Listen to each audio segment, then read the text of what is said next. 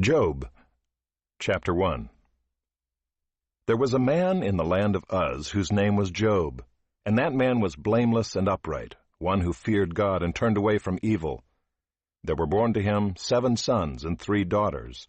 He possessed 7,000 sheep, 3,000 camels, 500 yoke of oxen, and 500 female donkeys, and very many servants, so that this man was the greatest of all the people of the East. His sons used to go and hold a feast in the house of each one on his day, and they would send and invite their 3 sisters to eat and drink with them. And when the days of the feast had run their course, Job would send and consecrate them, and he would rise early in the morning and offer burnt offerings according to the number of them all. For Job said, "It may be that my children have sinned, and cursed God in their hearts." Thus Job did continually. Now there was a day when the sons of God came to present themselves before the Lord, and Satan also came among them. The Lord said to Satan, "From where have you come?" Satan answered the Lord and said, "From going to and fro on the earth, and from walking up and down on it."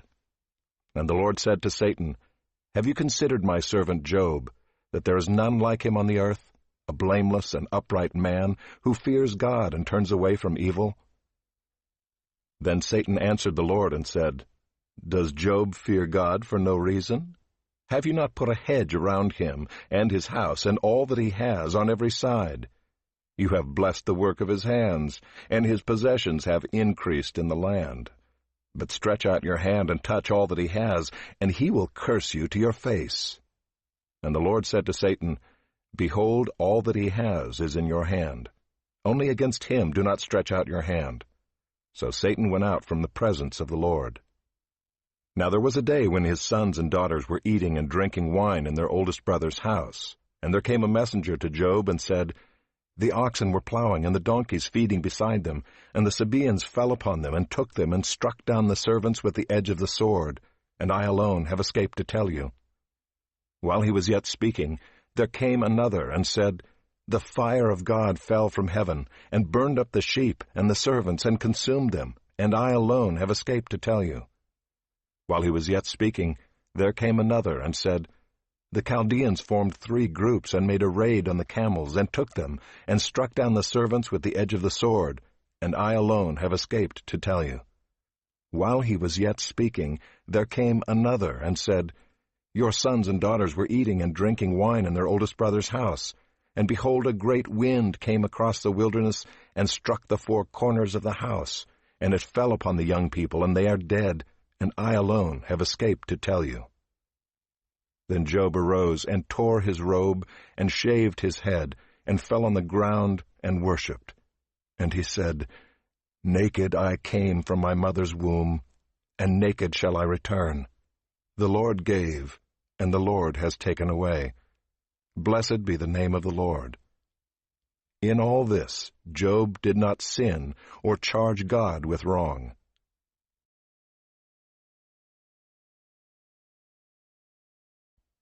Chapter 2. Again there was a day when the sons of God came to present themselves before the Lord, and Satan also came among them to present himself before the Lord. And the Lord said to Satan, "From where have you come?" Satan answered the Lord and said, "From going to and fro on the earth, and from walking up and down on it." And the Lord said to Satan, "Have you considered my servant Job, that there is none like him on the earth, a blameless and upright man, who fears God and turns away from evil? He still holds fast his integrity, although you incited me against him to destroy him without reason." Then Satan answered the Lord and said, "Skin for skin, all that a man has he will give for his life. But stretch out your hand and touch his bone and his flesh, and he will curse you to your face." And the Lord said to Satan, "Behold, he is in your hand. Only spare his life."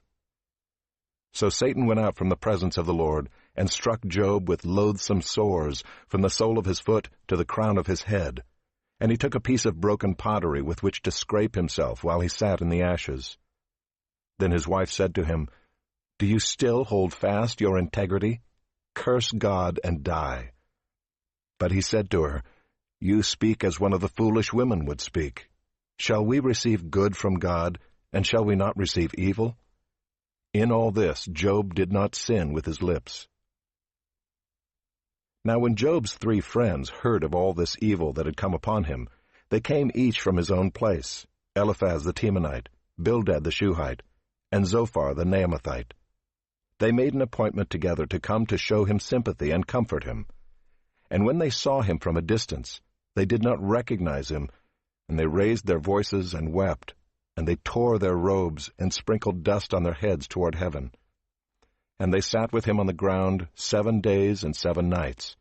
And no one spoke a word to him, for they saw that his suffering was very great. Chapter 3. After this Job opened his mouth and cursed the day of his birth. And Job said, "Let the day perish on which I was born, and the night that said, A man is conceived. Let that day be darkness. May God above not seek it, nor light shine upon it. Let gloom and deep darkness claim it. Let clouds dwell upon it. Let the blackness of the day terrify it. That night let thick darkness seize it. Let it not rejoice among the days of the year. Let it not come into the number of the months. Behold, let that night be barren. Let no joyful cry enter it. Let those curse it who curse the day, who are ready to rouse up Leviathan. Let the stars of its dawn be dark. Let it hope for light, but have none, nor see the eyelids of the morning, because it did not shut the doors of my mother's womb, nor hide trouble from my eyes. Why did I not die at birth, come out from the womb and expire? Why did the knees receive me, or why the breasts that I should nurse? For then I would have lain down and been quiet. I would have slept. Then I would have been at rest with kings and counselors of the earth, who rebuilt ruins for themselves, or with princes who had gold, who filled their houses with silver. Or why was I not as a hidden stillborn child, as infants who never see the light? There the wicked cease from troubling, and there the weary are at rest. There the prisoners are at ease together. They hear not the voice of the taskmaster. The small and the great are there, and the slave is free from his master. Why is light given to him who is in misery, and life to the bitter in soul, who long for death, but it comes not, and dig for it more than for hidden treasures, who rejoice exceedingly and are glad when they find the grave? Why is light given to a man whose way is hidden, whom God has hedged in? For my sighing comes instead of my bread, and my groanings are poured out like water. For the thing that I fear comes upon me, and what I dread befalls me. I am not at ease, nor am I quiet. I have no rest, but trouble comes.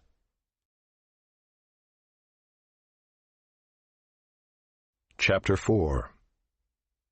Then Eliphaz the Temanite answered and said, If one ventures a word with you, will you be impatient? Yet who can keep from speaking? Behold, you have instructed many, and you have strengthened the weak hands. Your words have upheld him who was stumbling, and you have made firm the feeble knees. But now it has come to you, and you are impatient. It touches you, and you are dismayed. Is not your fear of God your confidence, and the integrity of your ways your hope? Remember, who that was innocent ever perished, or where were the upright cut off? As I have seen, those who plow iniquity and sow trouble reap the same. By the breath of God they perish, and by the blast of his anger they are consumed. The roar of the lion, the voice of the fierce lion, the teeth of the young lions are broken. The strong lion perishes for lack of prey, and the cubs of the lioness are scattered. Now a word was brought to me stealthily, my ear received the whisper of it. Amid thoughts from visions of the night, when deep sleep falls on men, dread came upon me and trembling, which made all my bones shake. A spirit glided past my face, the hair of my flesh stood up. It stood still, but I could not discern its appearance. A form was before my eyes. There was silence. Then I heard a voice. Can mortal man be in the right before God? Can a man be pure before his Maker? Even in his servants he puts no trust, and his angels he charges with error. How much more those who dwell in houses of clay, whose foundation is in the dust, who are crushed like the moth? Between morning and evening they are beaten to pieces. They perish forever without anyone regarding it. Is not their tent cord plucked up within them? Do they not die, and that without wisdom?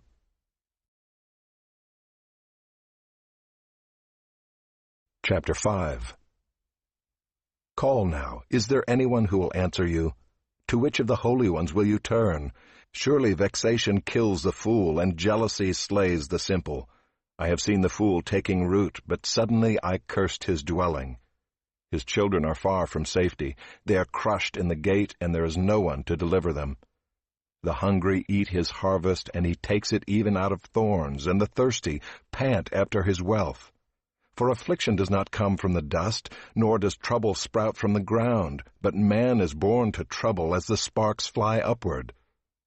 As for me, I would seek God, and to God would I commit my cause, who does great things and unsearchable, marvelous things without number.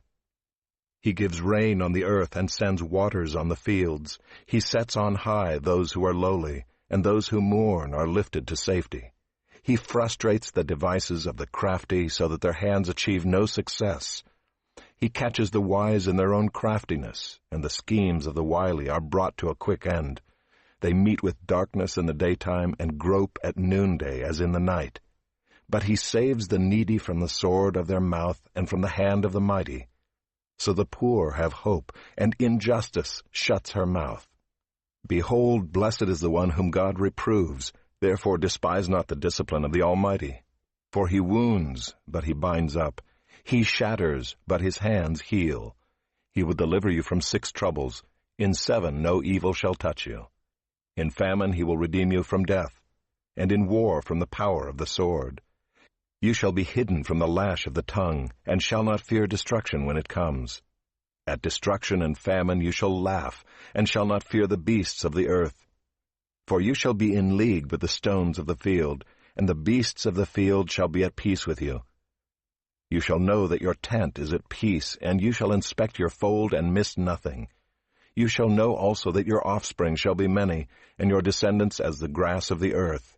You shall come to your grave in ripe old age, like a sheaf gathered up in its season. Behold, this we have searched out. It is true. Hear and know it for your good.